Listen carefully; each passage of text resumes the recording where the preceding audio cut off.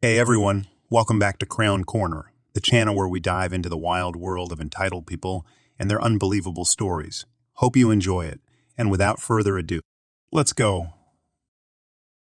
Kind of a small one, but lately my dad and older brother have been trying to push the job of making the shopping list onto me. Of course, because I don't know how much they need since I'm the least food-interested person in the house. I need someone's help with making the list. As Dad had gone to bed, my brother helped me. Well, he helped me. He would sit there and tell me which item I needed to check, one at a time, and give me a vague or stupid answer as to how much we needed of something. For example, we needed 35 tubs of mint ice cream, or the amount of beer we needed was a fridge, and I was getting annoyed. Especially because he was trying to watch a movie at the time, and kept pausing and unpausing it between items, so I had to deal with him always telling me to shut up and wait for the end of the scene or a good time to pause, which took several minutes per item. For a full shopping list for 3 people and a cat, did I mention it was like 11:45 p.m. when we started doing this, and this is after he had dragged his feet on helping for 3 days? Eventually, I got sick of it and started writing exactly what he said when it came to his foodstuffs. So we needed an amount of veggie burgers. Just guess of tuna. Shut up, this is a good bit of dark cooking chocolate, and look at the silly moggy of butternut squash. And so on. So on. By the time we were done, it was past 2:00, and I was knackered, stressed, and satisfied with my work. I took the list upstairs to my dad, left it on his bedside table with a sticky note that said, if anything looks wrong, just don't get it. In the morning, Dad went to do the shopping. He came back with everything I eat and he eats, but my brother was missing about 85 of his food items. When my brother asked what happened, my dad said that he couldn't tell whether we needed to get some things because the amounts of those things seemed unusual or costly, and felt that it was safer if he didn't buy those things. It turns out Dad had been kept awake by my brother's movie for 2.5 hours last night, and was as sick to the back teeth with it as I was. My brother had to walk up to the local shop and buy as many of his things as he could from there. They didn't have everything, out of his own money. He even had to make 2 trips because he couldn't carry everything the first time. It's a mile walk there, meaning he had to walk 4 miles in total to buy his food out of his pocket. Dad wouldn't drive him because he had a long run to do, and I sure as hell wasn't going to help. I was too busy eating my Pringles that I forgot to put on the list. I'm still going to have to help make the list in future, but when I do, something tells me my 27-year-old brother will help properly next time. When I was in high school, I was at a pasture party, kegs and drugs in a field in the middle of nowhere. It's a rural Texas thing, at a friend's ranch. We were having a great time until a group of older losers showed up and started harassing the girls, threatening to fight people just being dicks in general. They were all early 20s, white trash burnouts. Stereotypical, didn't graduate high school, knife in their back pocket, probably a pistol in the glove box, nothing to do, nowhere to be, crashing a high school party. As adults, meth, just damn a whole losers. A couple friends and myself went to ask them to leave, and it escalated into a typical shoving match shit-talking competition. They left after realizing they were heavily outnumbered, peeling out very dramatically in their shitty old pickup. Like an hour later, I'm just hanging out when all of a sudden, I'm lights out on the ground. Never even saw what hit me. One of them had come back and had run up on me out of nowhere and absolutely murdered me with a sucker punch. He got on top of me and hit me many more times until a couple of my friends pulled him off. It really sucked. My jaw was up for weeks. It still clicks funny to this day. He chipped several of my teeth, and I'm pretty sure I was concussed. I graduated a short time later, moved away, like everyone else who had options did, and never saw him again. Flash forward 20 years. It's a beautiful day in Austin, Texas. I'm filling up my nice new car with my lovely wife and perfect kids inside. We're dressed up a bit to go to a fancy brunch. I'm looking like the American dream. Out of another dimension, the asshole who sucker punched me 20 years ago is walking down the sidewalk 10 feet away from me. He's homeless. A drug addict. Hopeless. Bleak, bleak shit. I've often thought about running into him back home at the county fair, maybe getting him in a dark alley and kicking the shit out of him. No need. Life had thoroughly done that for me. He looked about as rough as person could. I called his name. He looked at me like I was some sort of space alien. He actually seemed happy to see me. He asked how I was doing and if I could give him a ride. I said I couldn't. I've got the family in the car. I asked him if he needed money. He looked really ashamed and said yes. I keep a few hundred in the console for emergencies. I pulled out a bill and gave it to him. When I did, he saw my family. I could see it hurt him way more than the sucker punch hurt me. "Be well," I said as I got in my car and drove away. For 20 years, he had been some mother tucker that had viciously assaulted me for no reason. The only person on this planet I considered an enemy. Now he was just some broke-down bump. The best revenge is living well. So this might be my last update on the mess with my mother and stepbrother, since we're finally starting the legal fights, but I finally had a good laugh. In my previous posts, I haven't said a lot about my biological father. He died when I was 1 year old, so I never really met him. I have one picture of him holding me when I was an infant. I mostly know him from stories from his family. What I do know is he was a man of means. He had a lot of assets that he had carefully divided in his will. Not like so rich, I'll never have to work type. Just rich enough that I would be able to live comfortable so long I worked and did right by my finances. I was not aware he had made sure to leave me with anything. Neither did my half-brother Sam, his son, with his first wife. I'm the daughter of an affair partner turned second wife. My understanding was that anything I inherited was wasted by my mother to buy things for her predator stepson, Chris, who she prefers to me. He was my abuser growing up. In her words, daughters don't need inheritance. Just marry a wealthy old man like me. Well, since my mother and Chris have been harassing me lately, we drove to my dad's lawyer to get some things we need from my dad's records for the lawsuit we are planning. He's a sweet, older man, kind of looks like my dad a bit, and was my dad's best friend. When we met, he received me with a hug and told me how happy he was to finally meet with him. His wife was there too, and she also gave me a big hug and told me we needed to have dinner at their place. Once we all caught up, we found my mother had been faking receipts to get money from my trust. A lot of it, some of it, from when I was under Sam's guardianship. And she's not the executor of my trust. She had to provide receipts for anything. She's been sending receipts for me because I'm still in medical school. I finished school in 2021. Well, her meal ticket not only got torn, and now she's in big trouble. Because this is fraud, and basically my hands are tied about pressing charges or not. She claims me as a dependent on her taxes, so my dad's lawyer would refund her for her expenses.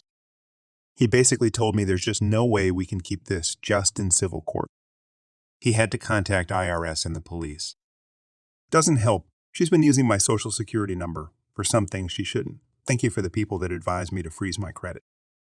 You guys saved me for sure. I probably won't be able to post for quite a while. And I'm going to be incredibly busy. I'm just mentally exhausted about how much has happened. I wouldn't have done anything about my mom using my trust if she had left me alone. I wouldn't even know about it because the trust is set for me to take over it with proof of marriage or graduating college. And since I didn't know about it, I never sent the required paperwork to take control. She could have milked it dry if she left me alone and just kept sending fake information. I am in the process to get what's left of my trust. There's quite a bit in it, and should be enough for me to get a house or condo if I mix it with my savings and still have left over to invest or do other things safely. I might wait for a while to buy anything, though. I don't know how safe it would be, since my mom still has my social security number. Enjoying the stories yet? If you do, please subscribe, like, and comment. So, there I was, standing in line at Quick Mart, just trying to grab some snacks and get home. It had been a long-ass day at work, and I was in no mood for any drama. But of course, that's when Karen bursts in like a damn tornado, clearly drunk out of her mind. You could smell the booze on her from across the store. She stumbles in, slurring her words, causing a scene right from the get-go. She marches straight up to the counter, cutting in front of everyone like she owns the place, and slams down this bag of chips. She's barely able to keep her balance, swaying like a drunk sailor. And then it starts. These chips are stale. I demand to see the manager, she yells, her voice loud and grating. The poor cashier, a kid who couldn't have been more than 19, tries to reason with her, but Karen's having none of it. She's in her own little world, insisting she's right and everyone else is a damn idiot. The manager, a middle-aged guy named Mike, comes over trying to calm her down. "Ma'am, please, we can sort this out," he says, all calm and professional. But Karen's beyond reason. She's yelling, waving her arms around like a lunatic, getting more and more aggressive by the second.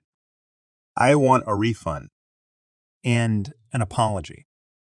This is unacceptable. She's screaming now, her face red with anger. Mike's trying his best, but it's like talking to a brick wall. Finally, Mike's had enough. "Ma'am, if you don't leave, I'm going to have to ask you to leave and ban you from the store," he says, his patience clearly running out. But Karen, being Karen, decides to take it up a notch. She lunges at the cashier, trying to throw a punch. Mike steps in, trying to restrain her, but she's thrashing and kicking like a wild animal. "Get your hands off me!" "I'll sue you all," she screeches. In the chaos, Mike manages to get her to the ground and pins her there until the cops arrive. When they do, Karen's still screaming and cursing, making a scene like you wouldn't believe. This isn't over. "You'll all pay for this!" she's yelling as they handcuff her and drag her out of the store, still kicking and screaming. Everyone in the store breathes a sigh of relief. It's like a weight's been lifted. From that day on, Quick Mart felt a little safer without Karen stumbling around in her drunken entitlement. My BF and I were at my parents' house for Christmas one year. We stayed for 2 weeks. It was 2 days before New Year's Eve when his grandma was in hospice. I stayed by his side, did everything for him. I held him when he cried. When we came back home, he got the call that his grandma has passed away, and I held on to him for an hour. Later that night, around 11 a.m., I got a message from a random Facebook account telling me he was cheating on me, along with screenshots. I asked to see his phone, and sure enough, he was cheating on me with his ex and a bunch of random girls on Instagram, Hangouts, and Skype. He was also sexting my best friend. He tried to tell me those were old pictures, but my mom's blanket and the back of my head was in one of the D-pics he sent. So I grabbed him and threw him outside and told him he can find his own way home. He went on to ask me how I could do this the same day his grandma died, so I replied with, "How could you do this after 3 years of being together?" I threw his phone into the snow and locked him out. I made his ass sleep outside in 12-deaf weather. I didn't give a damn what happened to him. I spent the night with the blinds open and cuddled up into a bunch of blankets and knocked on the window about every hour, just to spite him. I learned that night to never do wifely duties for a boyfriend. He has a coat on, and we had a blanket out there for a stray cat, so he wasn't too miserable. Edit. Y'all act like he went outside bare naked. The fight lasted up until around 3 a.m. in the morning. My dad wakes up at 5:30 out. My BF wasn't outside for 8 hours. I gave him his leather jacket and his coat. He was wearing sweatpants and a shirt underneath the jacket. I knocked in the window at about an hour mark, and again around 5-ish. My dad woke up and his morning routine is to take the dogs outside, which is when he was my BF, and brought him inside. Picking up from where we left off, Sally's retaliation continued after her latest write-up, culminating in her giving me trash as a Christmas gift. Over the next few weeks, the problems with her work only escalated. Here are some of the highlights. Since we began noticing issues with office checks going missing, Sally decided to stop throwing away envelopes when opening the mail. Instead of improving her job performance, she chose to neglect it altogether. She would search the envelopes and paperwork, but then keep the envelopes with the paperwork. This meant that items needing immediate attention were often left untouched for weeks because she was busy. Her careless mistakes persisted at a rate of 2 to 3 per week. She would mix up deposit slips and emails, placing them with the wrong office's reports. She'd put one office's mail in another office's bin, misfile funding papers, and swap bills between offices. She'd even mix up correspondence and bills within the same office's folder. The list of her errors was endless. Despite having worked here for 2 years, Sally still asked for help with tasks she should have mastered by now. The point of seeking assistance when learning a new job is to improve and become self-sufficient. However, Sally seemed to need guidance daily. For example, she once asked how to write a letter to an office about a deposit that wasn't shown on their report. I told her to write exactly what she had just said to me. Another time, she asked how long to wait before calling an office back. Such questions showed a lack of basic judgment and initiative. On January 26, I took the December bills, correspondence faxes, and timesheets out of their folders to scan them into the computer. Each bill should have the check number used for payment and the date it was paid. While the offices are supposed to write this information, it's our job to add it if missing. When I scanned November's bills, I noticed many of Sally's offices lacked this information. I explained to her what needed to be done, but upon reviewing December and January bills, many still had no information written on them. This was strike one for noncompliance. One of Sally's responsibilities several days a week was to check the bank accounts online. She was supposed to report any low balances to Greg or me and check transactions for any signs of fraud. Given that we're a loan company, check fraud is a common issue. Sally was expected to scrutinize checks for anything suspicious and look for any auto debits indicating that someone might have accessed our bank account information. On January 30, at 1:15 p.m., I asked Sally if any of the bank balances were low since Greg was out of town. Sally admitted she had forgotten to check the bank accounts that morning. This struck me as odd, considering she had to verify that the money we sent to the Dallas office had shown up. How could she log in to check one office's account but forget to check the rest? This only confirmed my suspicion that Sally wasn't properly checking the bank accounts. I was convinced that she only logged in to note the balances for Greg, ignoring the transactions altogether. I knew this because 1. I'd seen Sally log in, jot down the balances, and log back out without checking transactions. She always had a flimsy excuse ready when I questioned her. 2. Auto debits had appeared in the accounts without our notice for weeks until I stumbled upon them. Sally never brought these to our attention. 3. She hadn't checked the balances at all while Greg was out of town, indicating she only cared about the balances when Greg was present. This was strike 2 for noncompliance. The blunders didn't end there. At the end of January, we discovered Sally had mailed the employees' W's to the manager's home addresses instead of their offices for distribution. We also had an office move across the street, changing their address from 11 Main Street to 12 Main Street. I explained this to Sally and gave her an updated list of office addresses. 3 weeks later, the office called saying their mail was being sent to the landlord's house. I checked Sally's address labels and found she had used the landlord's address from the lease, which was listed at the bottom under rent instead of the tenant's new office address at the top. Additionally, Sally wasn't faxing the offices to request missing bills or receipts. When I used the last paper towel, I went to grab another roll from the cabinet and found we were out. Sally was responsible for keeping track of supplies. When I informed her, she said, "No one ever tells me when they grab the last roll, so I know when to order them." I couldn't believe it. It's her responsibility to monitor supplies and ensure we don't run out. Given the numerous mistakes since her first warning right up in mid-December, Sally needed a second warning for carelessness.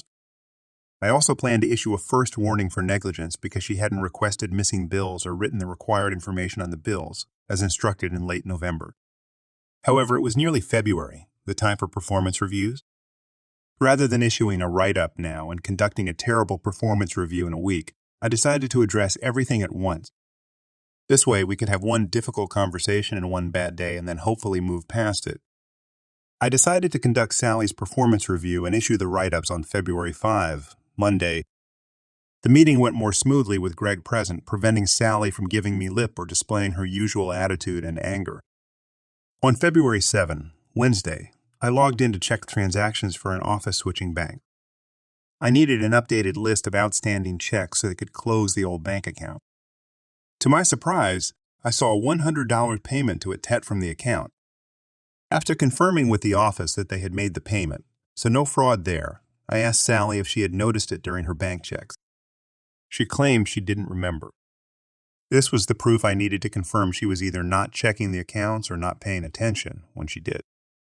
I discussed it with Greg, and we decided I needed to have a serious talk with her about her job performance. Sally was sick on Thursday, so I planned to speak with her the next day. On February 9, Friday, I began the conversation about the importance of checking the bank account. I intended to stress that we expected her to do her job correctly, and that she'd been repeatedly instructed on this task. But she interrupted me with, "Well, I didn't know what I should be looking for, now I know." This excuse, always ready on the tip of her tongue, broke me.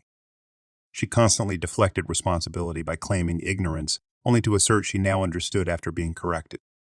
I couldn't continue the conversation. I broke down in tears from the stress of having to discipline her repeatedly, knowing that legally we couldn't fire her at the moment. I cried nonstop for over 4 hours. On February 12, Monday, I sat down with Sally again, this time with a written statement for her to sign. Me. You often claim you don't know how to do things, which is very frustrating because you've been shown multiple times. It's inefficient and wasteful for me to constantly check your work and retrain you on the same tasks. This needs to change. This job is about accuracy and accountability. Sally, you're not giving me a chance to improve. I never hear good job from you. All I hear is you're doing a bad job. Sign this paper. I get in trouble every time I ask for help, so I guess I'll just follow the instructions and hope I'm doing it right. The problems with her response were glaring. You've worked here for 2 years, Sally. You've had plenty of time to improve. The reason you never hear good job is because you're not doing a good job. How can I praise you when I'm also writing you up for poor performance? If you're getting multiple write-ups, doesn't that indicate something is wrong? Managers don't constantly tell employees good job for meeting basic job requirements. You will hear praise when you truly excel or go above and beyond. Do you think Greg tells me good job for simply doing my job as expected? No! I've never had a manager who constantly praised me for doing what's required. Well, sorry about that. Kind of went on a crazy rant there. I'm good now. Sally's mentality of, if I don't do the job, I can't get in trouble for doing it wrong, continued to be a major issue. She decided to stop asking for help instead of using the help I provided to improve. If she was making these mistakes, even with help, how many more would she make without it? This approach made no logical sense. To address her claim that she didn't know how to check the bank accounts, I had to sit down and train her again. Despite knowing she already understood the process, I went through the motions. Every time she claimed ignorance as an excuse for not completing a task, we would waste time retraining on something she already knew. This was malicious compliance at its finest. Sally continued making careless mistakes and avoiding tasks she didn't feel were her responsibility. For example, answering the phones was her job, but she rarely did so unless I was completely unavailable. I asked her to start answering the phone more promptly. Instead, she would wait until the last possible second, forcing me to answer it after it had rung multiple times. Once, when we both rushed to answer a call, she reached her desk first, but waited until I got to mine before picking up laughing and saying, "Oh, I didn't want to make you walk all the way to your desk." Her behavior was infuriating. On February 27, Sally asked for help with a report. She claimed my note about an office being over, deposited by $28 on report 1 and under. Deposited by $28 on report 2 didn't make sense because they were never over, deposited in the first place. I reviewed the report and noticed her calculator tape showed the bank was in balance, but there were no deposit slips. Me, where are the deposit slips? Sally, I haven't gotten them yet. Me, trying to comprehend her logic. Then, how do you have the deposit amounts added on this tape? Sally, I got the amounts from the report. Me, struggling to remain calm. You can't add up amounts to see if the bank has too much or too little money without knowing what was actually taken to the bank. The amounts on the report don't always equal what was taken to the bank. I logged into the bank account and discovered the discrepancy. The report indicated a $500 deposit, but the bank showed $528. They were indeed over, deposited by $28. I lectured her again, the second time in a few months, on the correct way to account for deposits, emphasizing that we should only use the amounts on the bank's deposit receipt. Previously, she had relied on the amounts written on deposit slips rather than the bank's printed receipt. This had resulted in a $500 shortfall we didn't discover until reconciling the bank statement at the end of the month. We were missing $500 for 4 weeks. It's a miracle we didn't overdraw the account. Dealing with Sally was a constant battle. Her excuses, mistakes, and refusal to take responsibility made every day a challenge. The stress and frustration were overwhelming, but I remained determined to address her issues and improve the overall efficiency and accountability of the office. Another critical task we perform several days a week is checking the CFPB, Consumer Financial Protection Bureau, website. This government site monitors financial institutions to ensure compliance with federal regulation. Customers can file complaints through the CFPB, triggering an investigation. We have a 2-week window to respond to any complaints before they are marked overdue. On February 29, Greg happened to check an email inbox he usually ignores, assuming we were diligently monitoring the CFPB website. To his dismay, he found a complaint in 2 of the portals that had been sitting there since January 22. He immediately confronted Sally. "Greg, aren't you checking the KEPI sites?" Sally, "Yeah, I am. "Really? Then why hadn't she printed this complaint and given it to Greg in the last 6 weeks?" When she returned from lunch, she received a second warning right up from me for negligence. On March 5, Tuesday, we were reconciling bank statements to close out February. Sally brought me a January bank statement for an office. "Sally, this never cleared in February." I looked at the bank statement. It was an electronic deposit of $254 on January 31. I remembered this. She had asked me at the beginning of February why this deposit wasn't recorded on the office's report. I explained that since it didn't show up in the bank account until the last day of January, they might not have known about it before the end of the month and thus recorded it on the 1st of February. We agreed to wait until the first report of February. If it wasn't recorded, we would address it with the office. And here she was indicating she hadn't brought it to anyone's attention all month. Me, staring at the bank statement, trying to prevent my autistic brain from exploding while also staving off a spontaneous stroke. "You didn't keep track of this all month."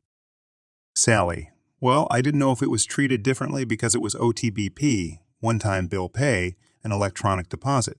Oh, what a shocker, she once again didn't know how to do something. Me, "But we talked about this. If it wasn't on the 1st of the month, we needed to address it." Sally, "Okay, well, now I know that we treat this the same as other deposits." She nonchalantly returned to her desk as if it was no big deal, like she hadn't just revealed her blatant disregard for my detailed instructions. Me, seeing her flagrant disregard for the seriousness of the situation and wondering just how on earth she could once again think that not doing her job would have no consequences. This is exactly what Greg talks about over and over, about how we can't leave errors like this to sit for weeks and weeks, that these need to be dealt with as they happen.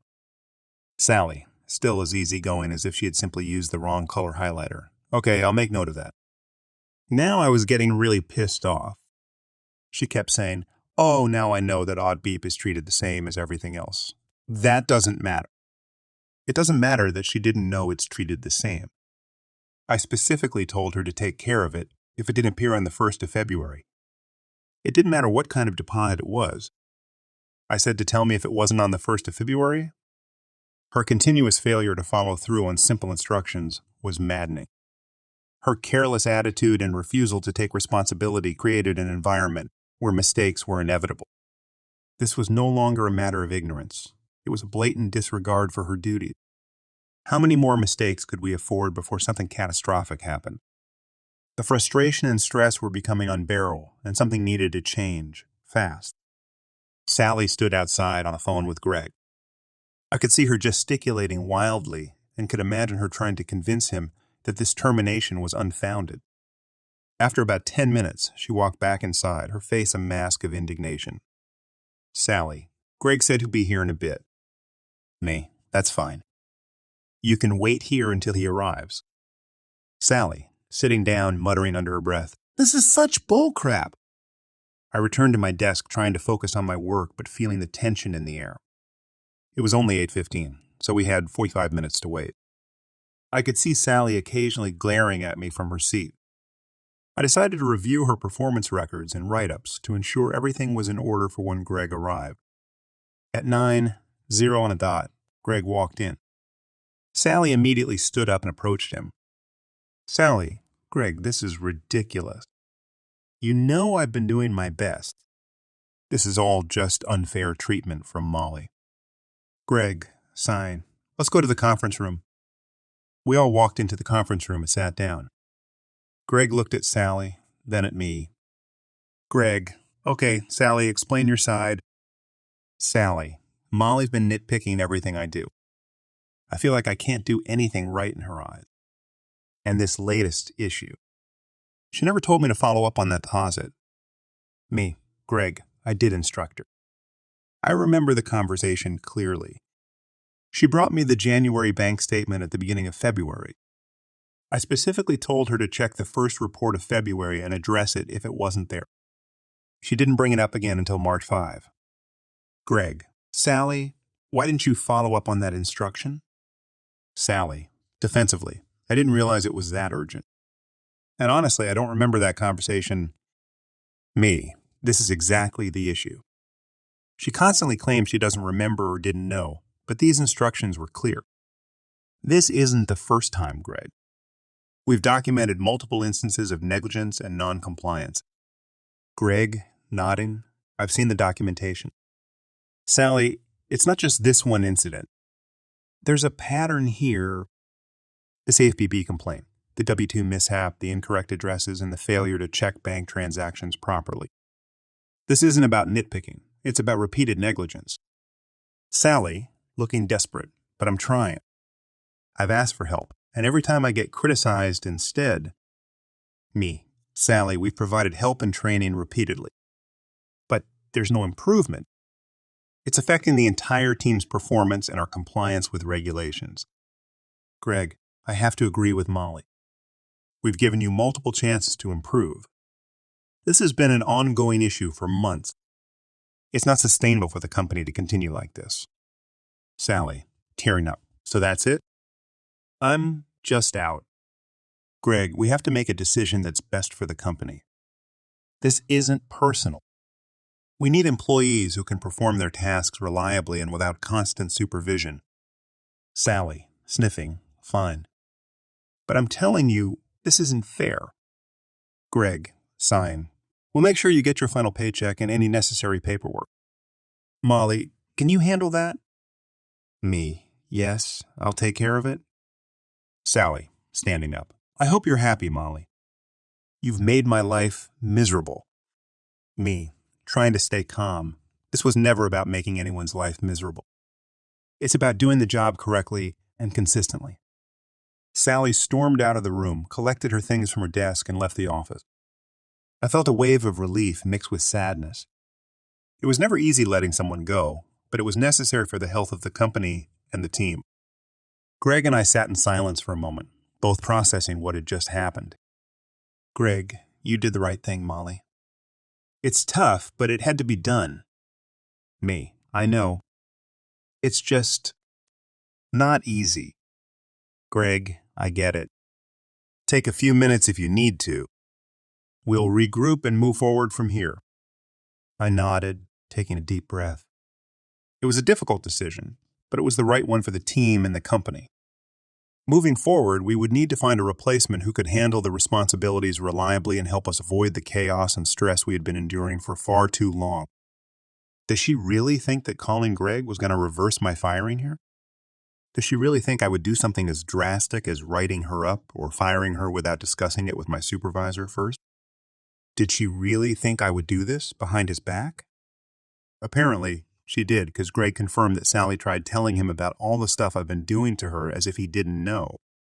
She hung up on him when he explained that he's been told everything as it happens he supports this decision.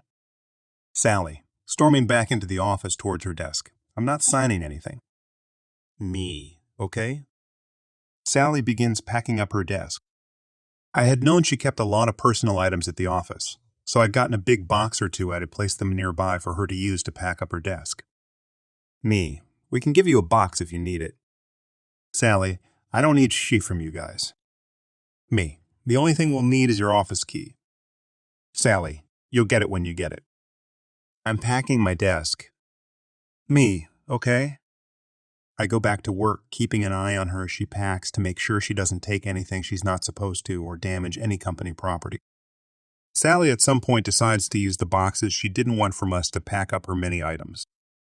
She takes both boxes to the front door where her bags are, sets them down to put the last of her things in. She picks up one box to take outside. Sally, you are the worst manager ever. Goes out the door. Me, shrug. Sally, comes back in for the final box. Seriously, you're the most evil person I've ever met. Leaves. Really? I rank worse than the guy that beat you up? I'm worse than him. I continued watching her to see if she's going to come back to give up her office key. As she packed up her car, another employee had arrived. We'll call him Randy. He had run into her on the way and asked me if Sally quit. I explained, no, she was let go. I then see that Sally has gotten behind the wheel of her car without coming back to give us the office key. Me, well, I guess we'll just change the locks. Randy then takes it upon himself to go out to her car. He phrased it very gently by saying he wanted to spare her having to come back in to turn the key in. Sally, I guess Molly didn't have the balls to do it herself, hands the key over. And then she was gone. Despite having to do the entire corporate office's work all by myself, falling steadily behind little by little, I have never been happier. I had forgotten how much I loved my job, how much I couldn't wait to get to work. I haven't been this stress-free in 6 months, and it feels fantastic. And the great part is I'm not really falling as far behind as I expected to without her. Having to do 2 people's jobs by myself and only affecting me a little. Really goes to show you how bad she was for the company and for my job when she disrupted everything that much. For example, me and her would get through maybe 5 to 6 offices' reports between us in a single day when playing catch-up after closing the previous month. One day, I caught up on 10 offices' reports in a single day. By myself. Oh, did I mention she smoked marijuana most days on her way to work or while on her lunch break? We could never actually prove it. But, come on, you don't smell that strongly of marijuana on only select days if you aren't smoking it recently. If it was left over from the smell of your house or car, you would smell like that every day. But it was only some days she would come into work or back from lunch smelling like that. Obviously, smoking on the job. So very glad to be rid of her awful skunk smell. Although I do wish her well on a new job search. I don't wish ill on anyone, ever. But I'm just glad she's no longer my problem to deal with. Added 2 months after she was fired. By the way, I'm actually gaining on my work. I'm not only not behind on my work, I'm actually getting it done soon enough to work on extra stuff. Also, out of the blue, we've started getting about 3 to 4 sales and scam calls every day since Sally left for things like better Medicare benefits, better retirement benefits, and even one time recently where Walgreens was calling to ask if I still had diabetes. I'm convinced Sally signed us up for calls as retaliation. I hope they die down soon, especially as they're starting to get rude. Our response to every one of these is sorry. This is a business. This one guy responded to me with, this is my job. I said, I understand this is your job, but this is a business. I'm not allowed to take personal calls. He said, why? I said very slowly, firmly, because I'm working. He started to say, can you explain to me why? I hung up. Jerk. This whole ordeal has been a huge learning experience. I've learned the importance of documenting everything, having clear communication with my team and supervisors, and the necessity of setting boundaries and expectations clearly and consistently. It's been challenging, but ultimately, it has reinforced my belief in the importance of maintaining standards and the need to address issues head-on, no matter how uncomfortable it may be. Thanks for joining us. If you enjoyed the video, don't forget to hit the like button and subscribe for more captivating stories. Share your own experiences, opinions in the comments below, and let's keep the conversation going. Until next time, stay tuned for more epic tales.